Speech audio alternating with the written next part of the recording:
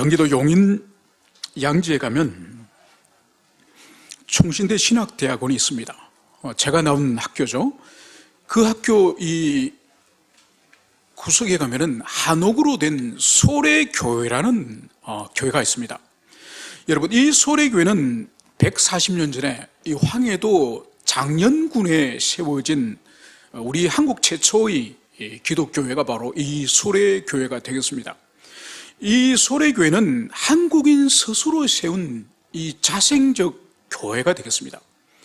그러니까 보편적으로 이 선교라고 하는 것은 선교사가 파송이 되고, 그리고 선교사가 그 땅에 복음을 전하고, 그리고 그 땅의 언어로서 이렇게 성경을 번역하여서 그 땅에 성경을 이제 발행을 해내는 거죠.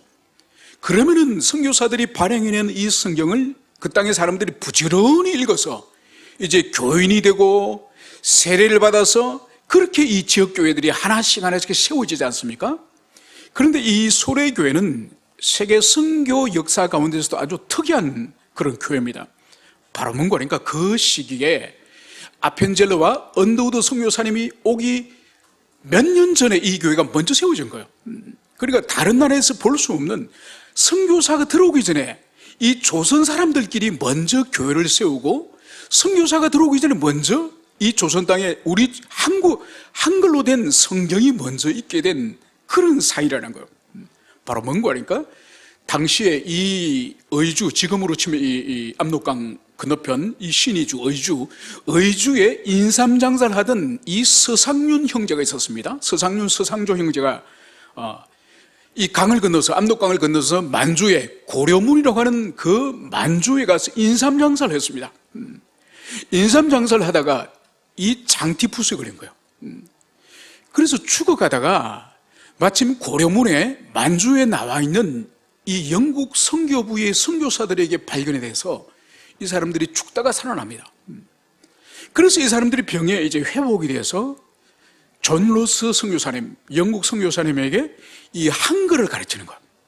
아직 조선은 선교가 아직 되지 않은 적이고 선교사가 파송이 안 됐기 때문에 이 서상윤 형제에게 이 한글을 배워가지고 이제 한글로 성경을 번역합니다. 그래서 최초로 누가복음이 한글로 이제 만주에서 번역이 됩니다. 그리고 이 서상윤 형제는 세례를 받고 이제 이 성경을 몰래 감추어가지고 이제 조선으로 들어오는 거죠. 그래서 가는 곳마다 복음을 전하고, 복음을 전해서 최초로 교인들이 모인 곳이 바로 이 초가집으로 된 이 소래교회, 이 소래교회가 최초로 이제 선교사가 들어오기 전에 먼저 교회가 세워진 거예요. 그래서 몇 년 후에 이 아펜젤러 목사님이, 언더우드 목사님이 이 소래교회를 가보니까 이 조선 사람들끼리 모여가지고 이 초가집에서 이 예배를 드리고 있는 거예요. 얼마나 큰 충격을 받았겠습니까? 그래서 이 소래교회는 한국 최초의 교회이기도 하지만은 이 조선 사람들끼리 자생적으로 발생한, 자생적으로 세워진 그런 교회임을 세계 역사, 이 선교 역사 가운데서도 아주 특이한 그런 교회인 것을 알 수 있습니다. 여러분, 로마 교회가 바로 그런 교회예요. 로마 교회는 바울도 세우지 않았고 베드로도 세우지 않고 다른 사도들도 세우지 않은 그런 자생적으로 세워진 그런 교회가 바로 로마 교회인 거예요. 우리가 알다시피 사도행전 2장에 첫 번째 오순절 하늘로부터 성령님께서 강림하시는 그때에 이 흩어져 있던 유대인들, 디아스포라 유대인들이 이 예루살렘에 이 오순절을 지키러 사람들이 오지 않았습니까? 바로 그때에 이 사도행전에는 로마에서 온 사람들도 있다고 기록을 하고 있습니다. 바로 그때 이 예루살렘에 사도 베드로를 비롯하여서 많은 사도들이, 주님의 제자들이 이 주의 복음을, 성령을 받고 나서 그리로 뛰쳐나와서 복음을 전하지 않았습니까? 그때 하루에 3,000명, 5,000명이 회심을 하고 주님을 영접했다고 성경이 기록을 하고 있습니다. 바로 그때에 로마에서 온 이 디아스포라 유대인, 이 사람들도 바로 사도들이 전가하는 복음에 그들이 변화를 받고, 그리고 그들이 다시 로마로 돌아가서 교회를 세웠다고 하는 것이, 그것이 우리가 합리적 추론이고 그것이 아마 정확할 것입니다. 바로 그들이 돌아가서 스스로 이제 모여서 예배를 드리고 모여서 교회를 세움으로 이 로마 교회가 세워진 것이라고 볼 수 있는 거죠.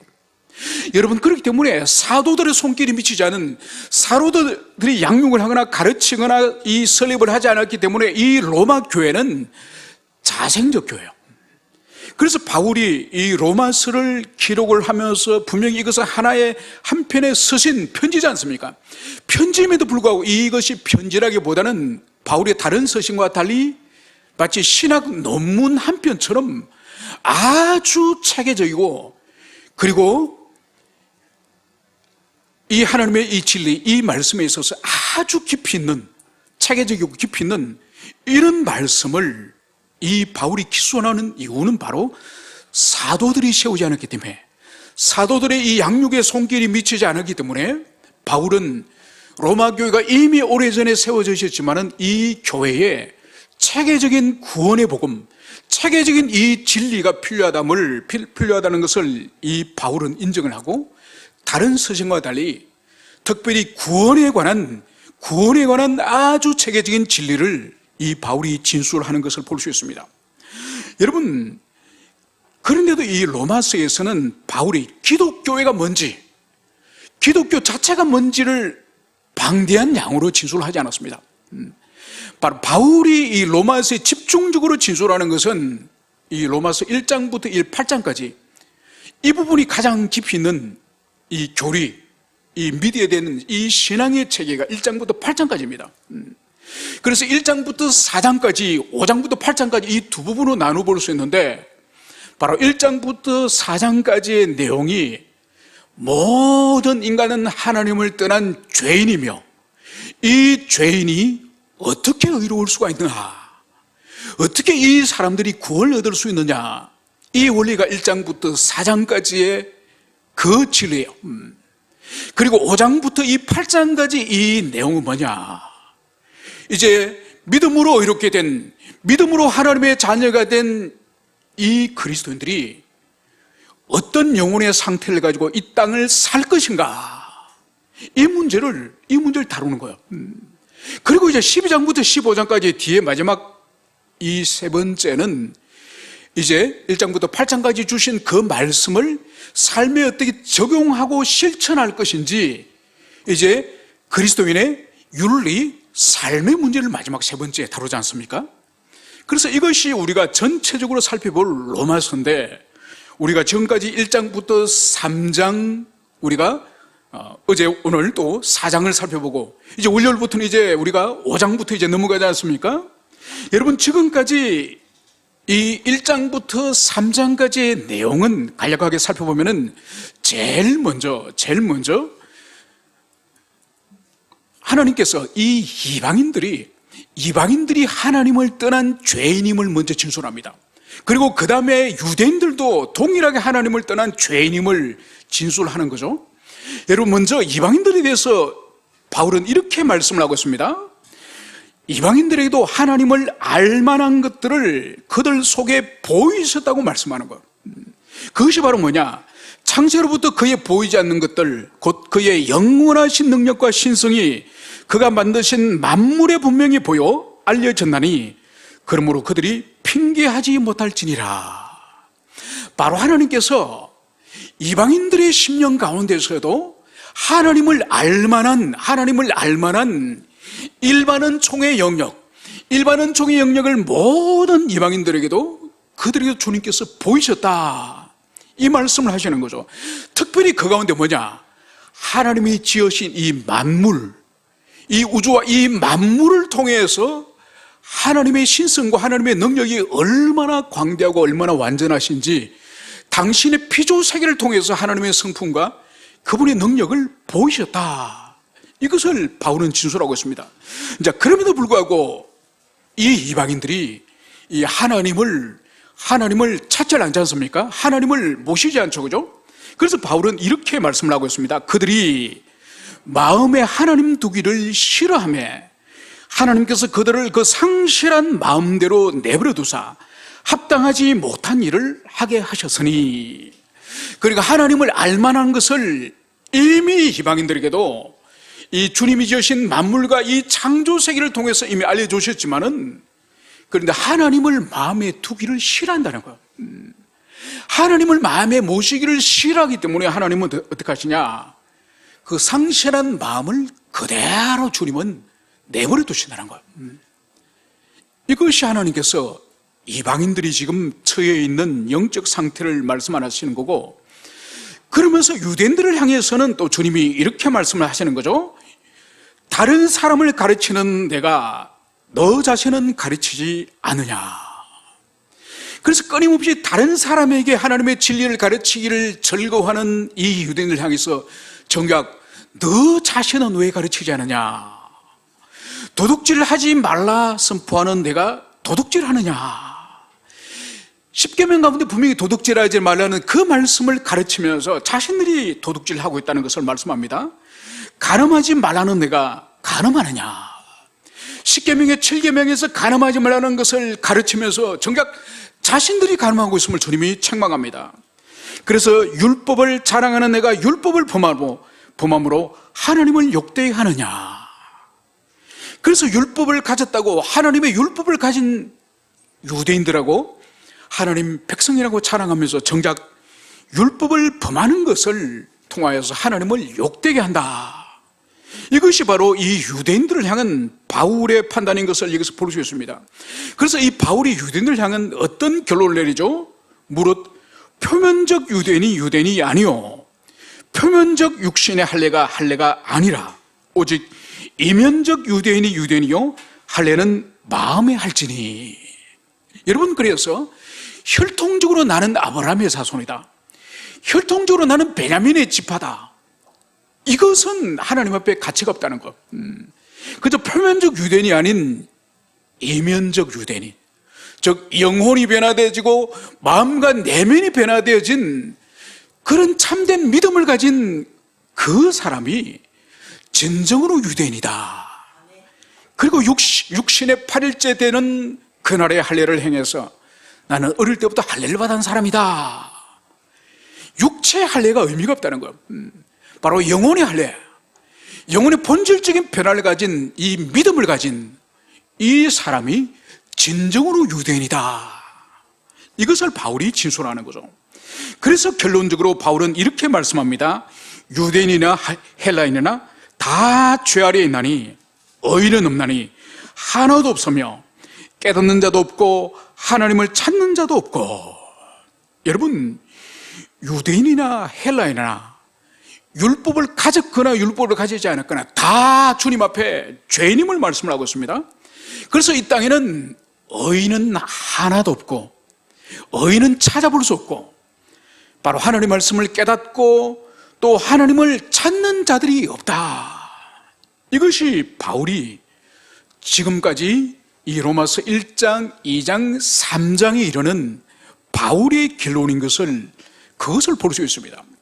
여러분, 그러면 이제 이 바울이 오늘 율법으로서는, 율법의 행위로서는 하나님 앞에 누구도 의로운 사람이 없다, 이 말씀을 주님이 오늘 하고 있지 않습니까? 여러분, 그러면 여기서 우리가 몇 가지 개념을 우리가 살펴볼 필요가 있습니다. 여러분, 율법이란 뭘까? 여러분, 율법은 두 가지로 우리가 생각을 해볼 수 있습니다. 첫 번째로는 율법은 하나님께서 인간에게 원하시는 바가 율법이에요.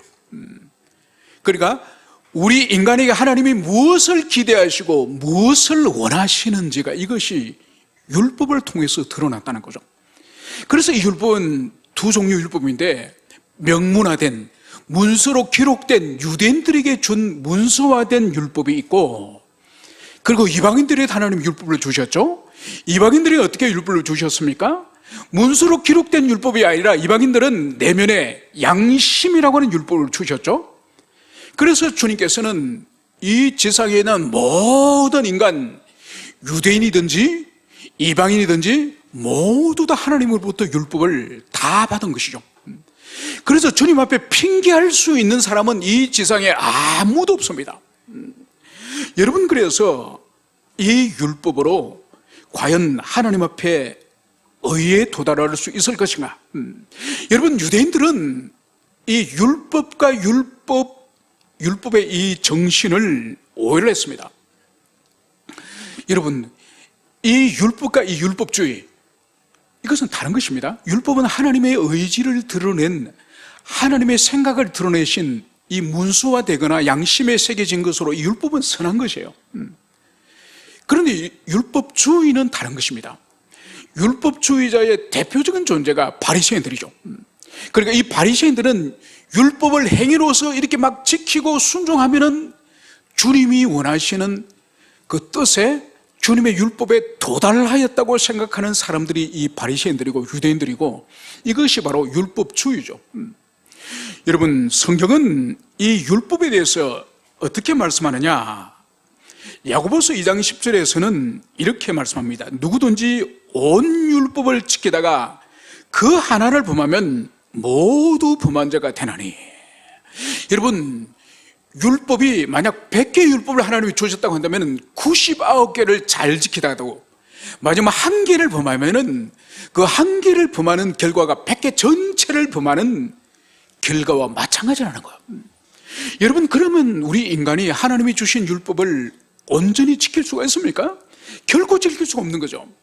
여러분, 이사야 64장 6절에 가면은 우리 인간이 하나님 앞에 의롭게 온 마음을 다해서 인간이 하나님 앞에 율법을 지키는 이 의, 인간이 이 의를 하나님은 어떻게 판단하시냐? 바로 이사야서에서는 인간의 의는 더러운 옷과 같으니. 여러분, 우리가 온 마음을 다해서 하나님의 율법을 지키려고 정성을 다하고 힘을 다하여 지키더라도 우리 사람의 눈으로 볼 때는 와, 저 사람 정말 하나님의 말씀에 잘 순종하네, 온전히 순종하네, 그렇게 보이지만 하나님의 눈으로 볼 때는 인간의 의가 뭐라고요? 더러운 옷과 같은, 더러운 누더기 같은 그런 것임을, 그것을 성경은 말씀하고 있습니다. 여러분, 그렇기 때문에 보세요. 우리가 어떤 주님 앞에 어떤 헌신을 하고 어떤 섬김을 하더라도 거기에 순수한 믿음이 100% 있을 수 있을까? 아닙니다. 그게 우리의 사심도 일부 포함되고 인간적인 욕심도 포함되고 이것을 통해서 하나님께 어떤 상급을, 보상을 받고자 하는 그런 마음도 포함되고, 여러분, 순수한 순종, 순수한 믿음이라는 거 없습니다. 그래서 주님의 눈으로 볼 때는 우리 사람의 의, 인간의 의는 더러운 옷과 같다. 이것이 주님의 판단인 것을, 그것을 우리는 기억해야 될 것입니다. 그래서 율법의 행위로 하나님 앞에 의롭다 하심을 입을 육체가 없나니. 그러면서 하나님의 결론은 뭐죠? 율법으로는 죄를 깨달음이라. 여러분, 율법을 주시는 주님의 이 목적은 율법을 온전히 100% 순종하여서 의에 도달하라고 주님이 율법을 주신 것이 아니라, 하나님이 율법을 주신 이 목적은 바로 죄를 깨달아라고 주님이 주셨음을, 이것을 여러분들이 가슴에 새기시길 바랍니다. 여러분, 그래서 율법을 보십시오. 하나님이 기대하시는 바, 하나님이 원하시는 바가 이 율법의 이 기준이지 않습니까?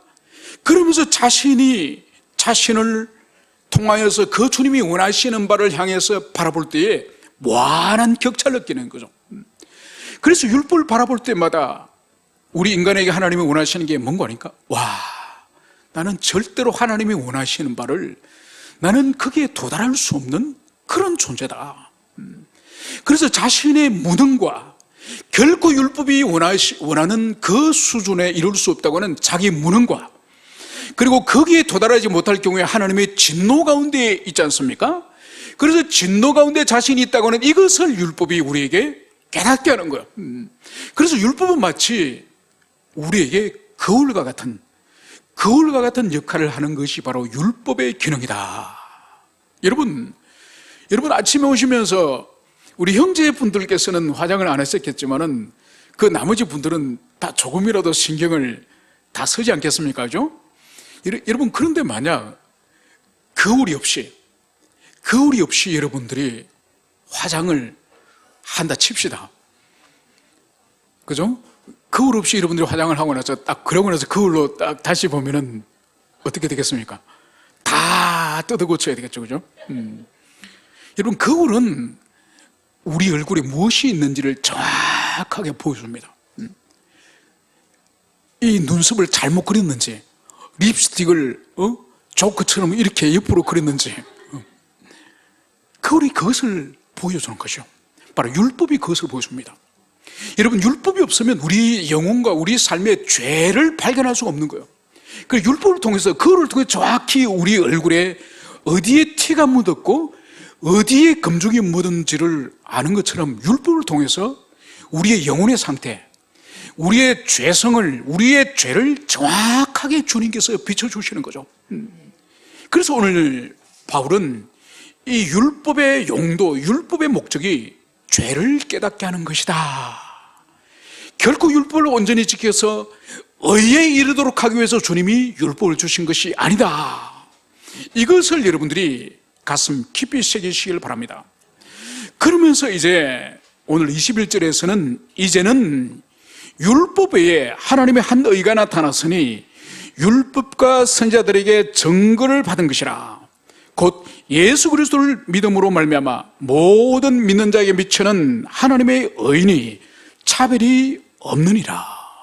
여러분, 율법의 행위로는 도무지 하나님의 의에도 도달할 수 없는 그런 인간의 상태에 대해서 오늘 주님께서는 이제 율법 외에 다른 하나의 하나님의 의를 제시해 주셨음을 오늘 그것을 말씀하고 있습니다. 여러분, 하나님이 제시해 주시는 이 의는 오늘 바울은 율법과 선지자들에게 증거를 받은 것이라. 여러분, 율법과 선지자라고 하는 이 의미는 이것은 관용어인데 이것은 단순히 율법과 선지자를 말하는 것이 아니라 구약 성경을 말하는 거예요. 구약 성경 전체. 그러니까 이 믿음으로 의에 이르는 이 하나님의 의, 이것은 이미 구약 성경에서 구약에서 이미 진술하는 것이다. 이 말씀을 여기서 하고 있습니다. 여러분, 이것은 두 가지를 예시로 들 텐데, 여러분, 창세기 15장에 가면은 하나님께서 아브라함을 찾아가신 일이 있습니다. 하나님이 아브라함을 찾아가셔 너의 후계자가 누구냐? 너의 상속자가 누구냐?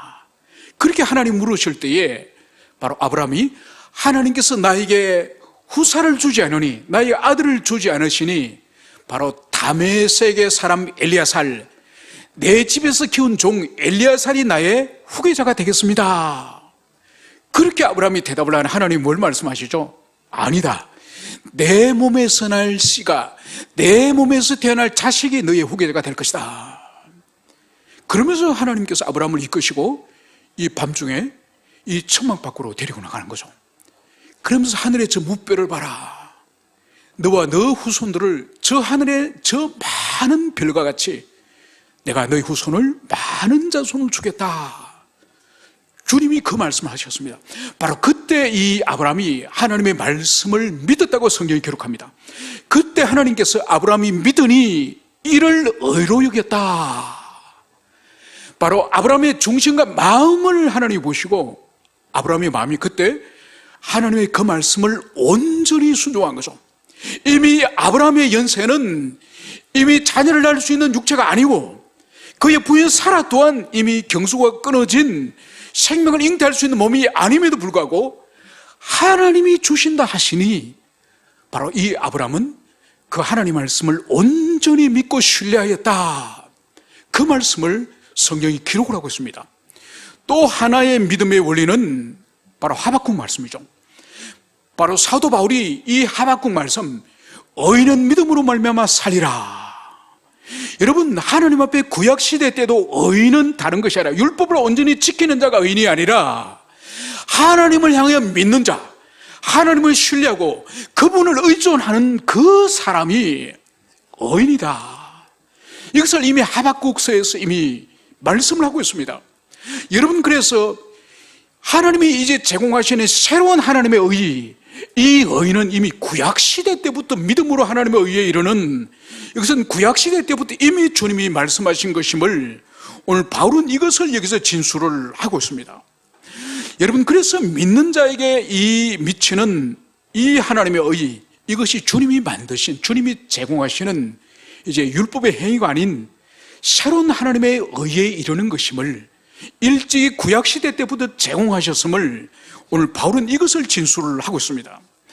여러분, 그러면서 이제 23절에서는 모든 사람이 죄를 범하였음에 하나님의 영광에 이르지 못하더니, 여러분, 모든 사람, 아담 이후에 이제 태어나고 태어나는 이 세상 끝날까지 모든 사람이 죄를 범하였음에 하나님의 영광에 이르지 못하였으니, 오늘 이 말씀을 여기서 하고 있습니다.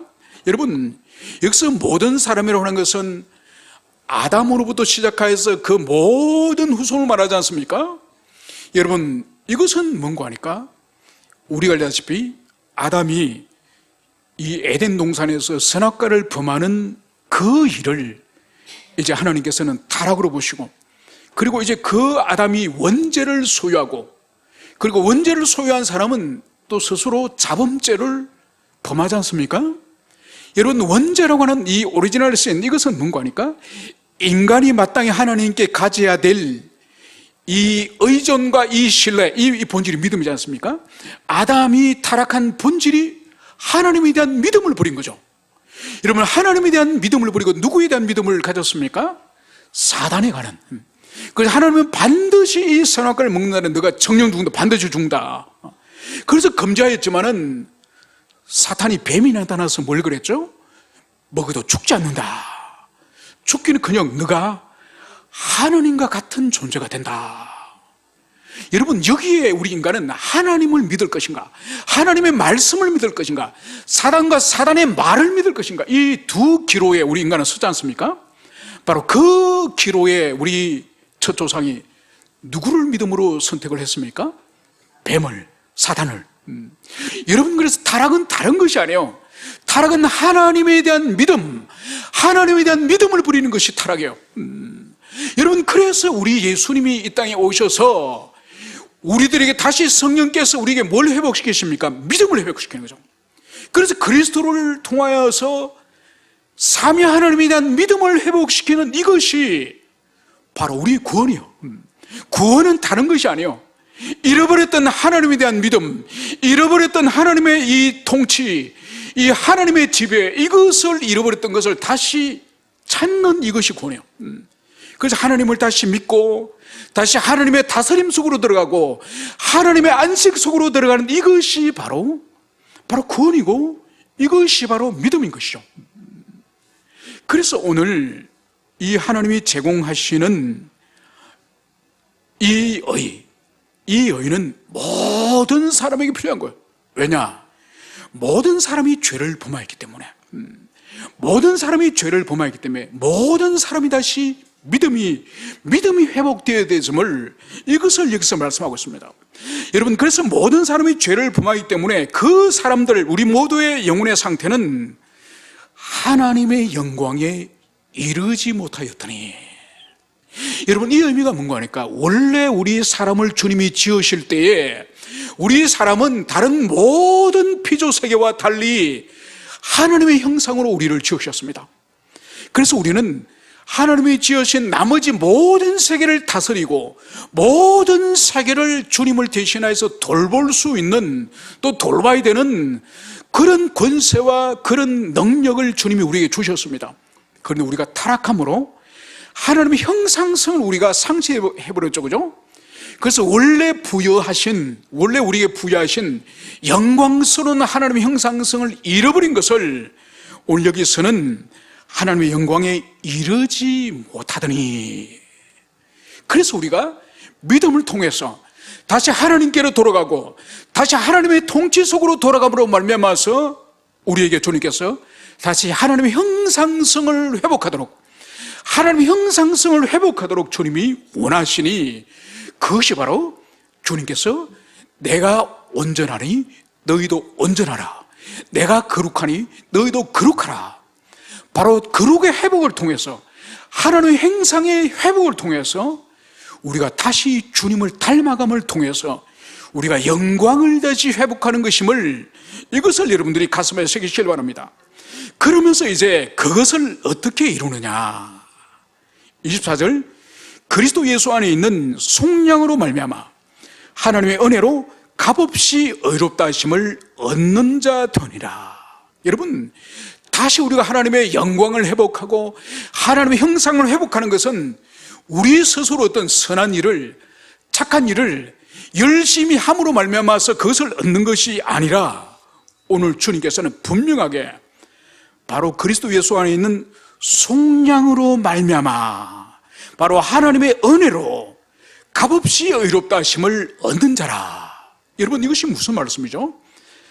바로 예수 안에 있는 속량, 예수 안에 있는 속량이라는 이것은 바로 우리 주님께서 우리가 받아야 될 지옥 형벌, 우리가 당해야 될 그 비참을 우리 주님이 대신하여서 대표하여서 받지 않으셨습니까?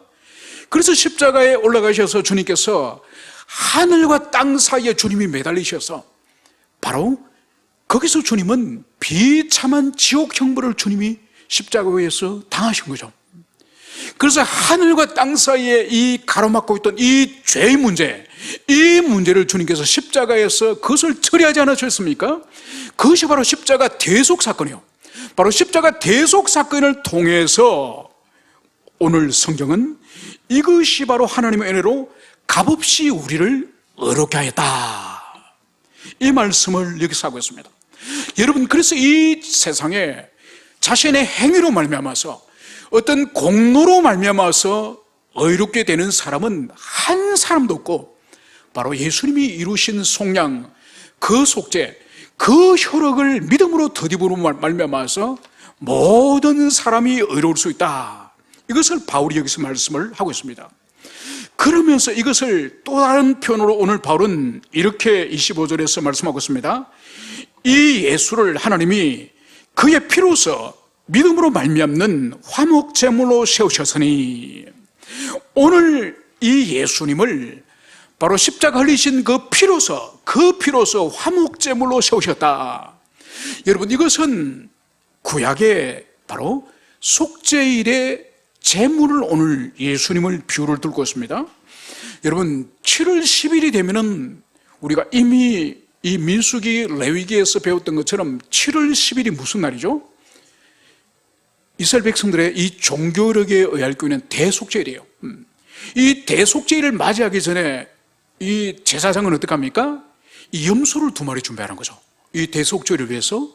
그래서 이 대속죄일이 되면 한 마리는 잡아서 피를 이제는 뿌리고, 죽여서 피를 뿌리고, 한 마리는 어떡하죠? 간직했다가 속죄일이 되면은 들판에 광야로 돌려보냅니다. 광야로 보내는 거죠. 이제 이 염소를 아사셀 염소라 부릅니다. 그래서 이 염소를 보낼 때 이 염소 위에 이스라엘 백성들의 죄를 이 염소에게 다 짊어지어서 광야로 보내는 거죠. 그래서 그러므로 이스라엘 백성들 가운데 모든 죄를 이 제물되는 이 짐승들에게 다 짊어지어서 이스라엘 백성들에게는 이 죄 사함을 얻을 수 있도록, 모든 속죄함을 얻을 수 있도록 바로 이 짐승을 죽이거나 광야로 보내는 것처럼 우리 예수님께서 십자가 흘리시는 그 피의 혈육을 통해서 우리 모든 믿는 자들의 죄를 다 사함을 얻을 수 있도록 바로 이 조치를 하셨음을 오늘 바울은 바로 예수님의 대속적인 십자가를 오늘 아버지께서는 화목제물로 삼으셨다, 이 말씀을 여기서 하고 있습니다. 그래서 27절, 그런즉 자랑할 때가 어디 있을 수 있나? 무슨 법으로느냐? 행위로 아니라 오직 믿음의 법으로니라. 여러분, 이스라엘 백성들에게는 더 이상 자랑할 것이 없어요. 바로 대속죄일 날 짐승 2마리를 죽이거나 광야로 보내서 이스라엘 백성들의 지난 1년간의 모든 죄 사함을 주님이 주시는 것처럼 바로 우리 예수님 십자가 죽으심, 그 대속의 효력을 우리가 믿음으로 받게 되니 누구 한 사람 자기 행위를, 자기의 선행과 의로움을 자랑할 사람이 아무도 없다는 거죠. 오직 이것은 무엇이냐? 오직 믿음의 법, 율법의 행위의 법이 아닌 믿음의 법으로서 우리가 하나님의 이 의, 이것을 우리가 누리게 됐다, 이 말씀을 여기서 하고 있습니다. 그러므로 사람이 의롭다 하심을 얻는 것은 율법의 행위에 있지 않고 믿음으로 되는 줄 우리가 인정하노라. 바울이 바로 이것을 여기서 오늘 인정을 하는 거죠. 이것이 바로 이신덕이 믿음으로서 의에 이르게 된다고 하는 이 로마서의 가장 중요한 이 명제인 것을 오늘 여기서 볼 수 있습니다. 그래서 오늘 29절 30절에서는 이렇게 말씀합니다. 하나님은 다만 유대인의 하나님이시냐, 또한 이방인의 하나님이 아니시냐, 진실로 이방인의 하나님도 되시니라. 할례자도 믿음으로 말미암아, 또한 무할례자도 믿음으로 말미암아 의롭다 하심 하나님은 한 분이시니라. 여러분, 오늘 믿음으로 의롭게 되는, 믿음으로 구원을 받는 이것은 유대인이나 이방인들이나 예외가 없다는 것. 그러니까 구원을 얻는, 의롭게 되는 이것은 율법을 받았든지 율법이 없는 이방인이든지 의에 이르게 되는 이것은, 구원이 이르게 된 이것은 오직 믿음의 법으로, 오직 믿음의 법으로만 의에 이르게 된다는 이것을 여기서 볼 수 있습니다. 여러분, 그래서 구원에 있어서는 이 유대인이나 이방인이나 평등하는 거예요. 유대인들은 율법을 지킴으로 구원을 받고 이방인들은 믿음으로 구원을 받는 것이 아니라, 유대인들은 믿음으로 구원을 받고 이방인도 믿음으로 구원을 받고, 이 구원에 있어서는 평등하게 오직 믿음으로 구원을 받는다. 이것을 오늘 바울이 오늘 명백하게 진술하고 있는 것을 여기서 볼 수 있습니다. 그래서 마지막 31절, 그런즉 우리가 믿음으로 말미암아 율법을 파괴하느냐? 그럴 수 없느니라. 도리어 율법을 굳게 세우느니라. 오늘 바울은 우리가 믿음으로 의롭게 된다 할지라도 그 믿음 때문에 율법을 파괴하겠느냐? 여러분, 이것은 무슨 말씀인가 하니까, 이것은 바울이 가는 곳마다 의롭게 되는 것은, 구원이 이르게 되는 것은 율법의 행위가 아니라 바로 믿음을 통해서, 그리스도 예수를 믿음을 통해서 우리가 구원을 받고 의롭게 되는 것이다. 이것을 바울이 가는 곳마다 이 가르침을 하지 않습니까? 여러분, 여기에 대해서 이 유대인들, 이 바리새인들은 바울의 가르침을 순순히 받아들일까요? 절대로 그들은 받아들일 수 없는 거죠. 그들은 오랜 세월 동안에 이 율법이 아니라 율법주의에 빠진 사람들이에요. 그래서 하나님이 주신 율법을 자신이 형식적으로라도 그 율법을 행하면은 그것으로 구원을 받고 그것으로 의롭다고 그들은 생각하는 거예요. 이것은 절대로 옳지 않은 것이죠. 그래서 이 사람들이 볼 때는 바울이라고 하는 이 사람은 가는 곳마다 이제 율법을 지킴으로 구원을 받는 것이 아니라 예수를 믿음으로 구원을 받는다고 하니까, 이 바울은 율법이 이제는 필요 없는 율법 폐기론자라고 이 바울을 정죄하는 거죠. 여기에 대해서 바울은 절대로 이 믿음이 율법을 파괴하는 것이 아니다. 믿음이 율법을 파괴하는 것이 아니라 바로 이 율법을 오히려 믿음은 어떻게 하느냐? 견고하게 세우는 역할을 오히려 이 믿음이 하는 것이다. 여러분, 이것을 오늘 바울이 오늘 진술하고 있습니다. 여러분, 그러면 다시 결론적으로 이제 다시 살펴보겠습니다. 여러분, 하나님이 율법을 주신 첫 번째 목적이 뭐라고 말씀했습니까? 우리가 첫 번째 오늘 배울 때 바로 자신의 죄를 발견하는 이것이 바로 율법을 주신 목적이다.